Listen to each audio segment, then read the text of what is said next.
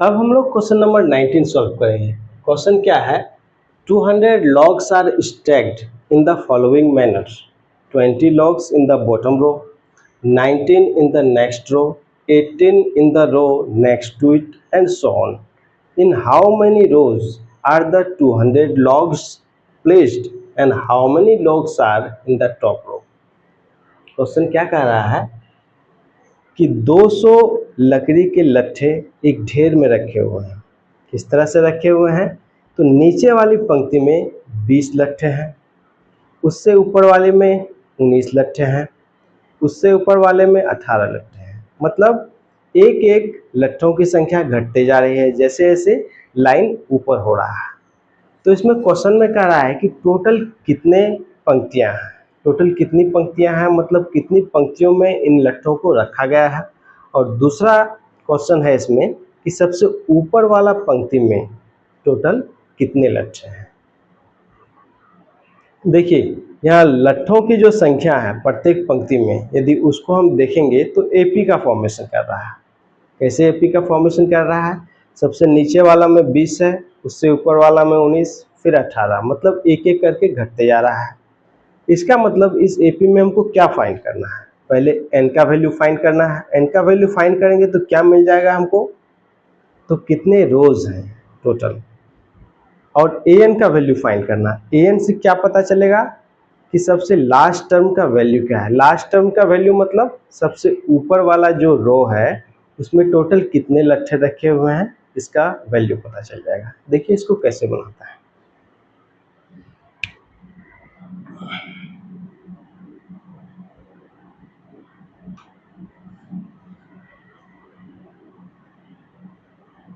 Number of logs,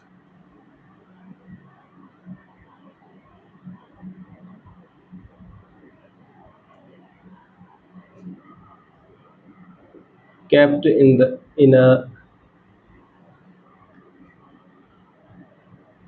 stack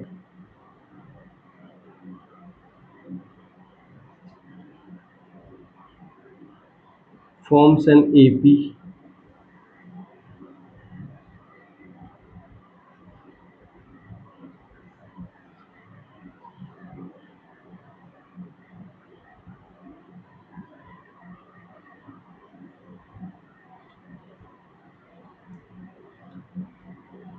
from bottom row to top row।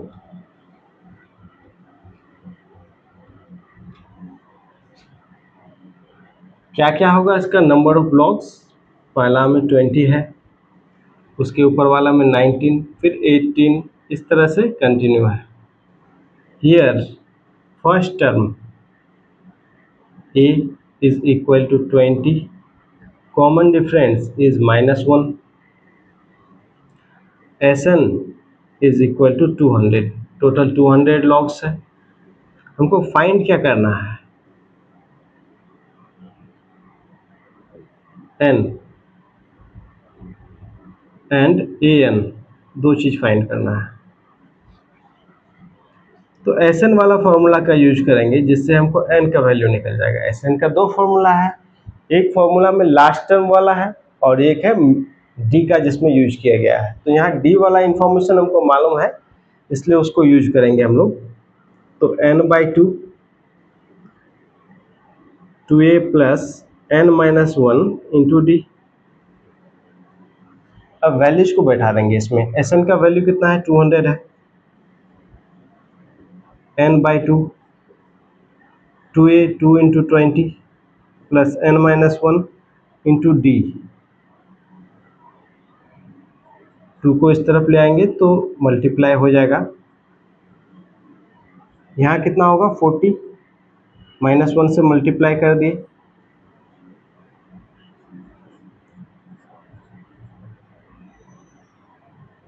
इधर क्या होगा 40 और 1 41 हो गया, तो 41n होगा, -n²।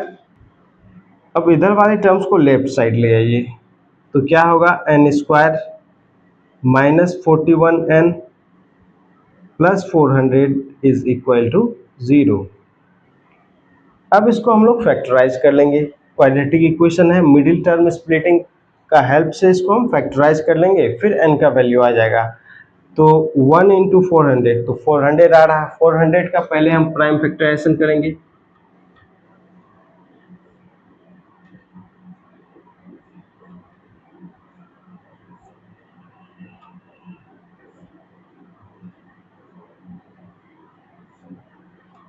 टू टू जा 4, 4 टू जा 8, 8 टू जा 16 और इधर 25। -16 और -25 ऐड करने पर इतना आ जाएगा -41। मल्टीप्लाई करने पर 400, n स्क्वायर -16n और -25n plus 400 is equal to 0। यहाँ ये दोनों में कॉमन ले लीजिए, n कॉमन है, n -16 फिर -25 कॉमन, तो n -16 इज इक्वल टू 0। तो n -16 into n -25 is equal to 0। इसका मतलब क्या हुआ,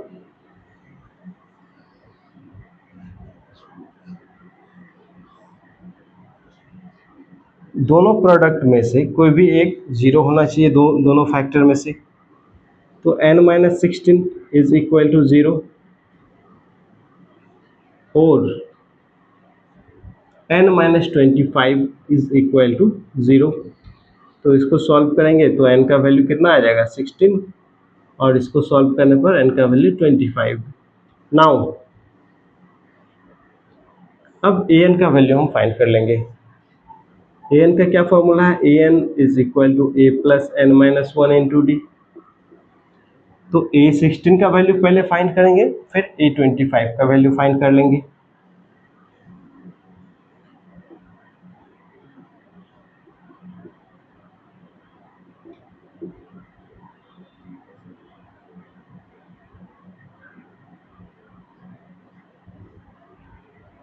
अब a25 का वैल्यू फाइंड करेंगे।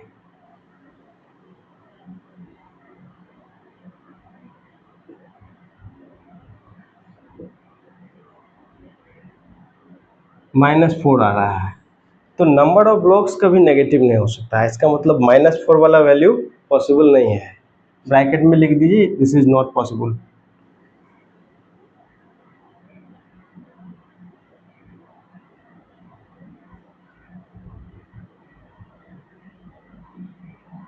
as number of logs can never be negative।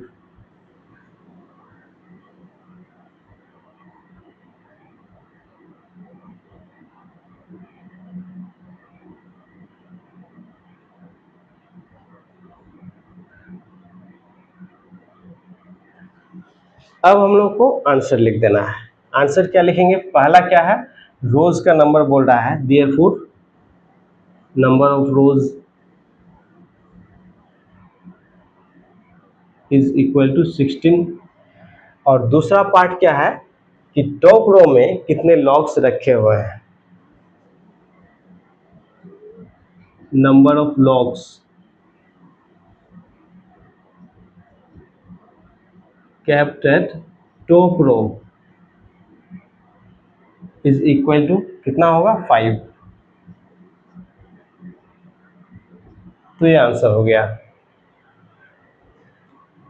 यहाँ क्वेश्चन थोड़ा देखने में लेंदी लग रहा था, लेकिन जब हम उसको समझ गए कि क्या है इसमें इंफॉर्मेशन, क्या फाइंड करना है, तो आसानी से बना लिए हैं।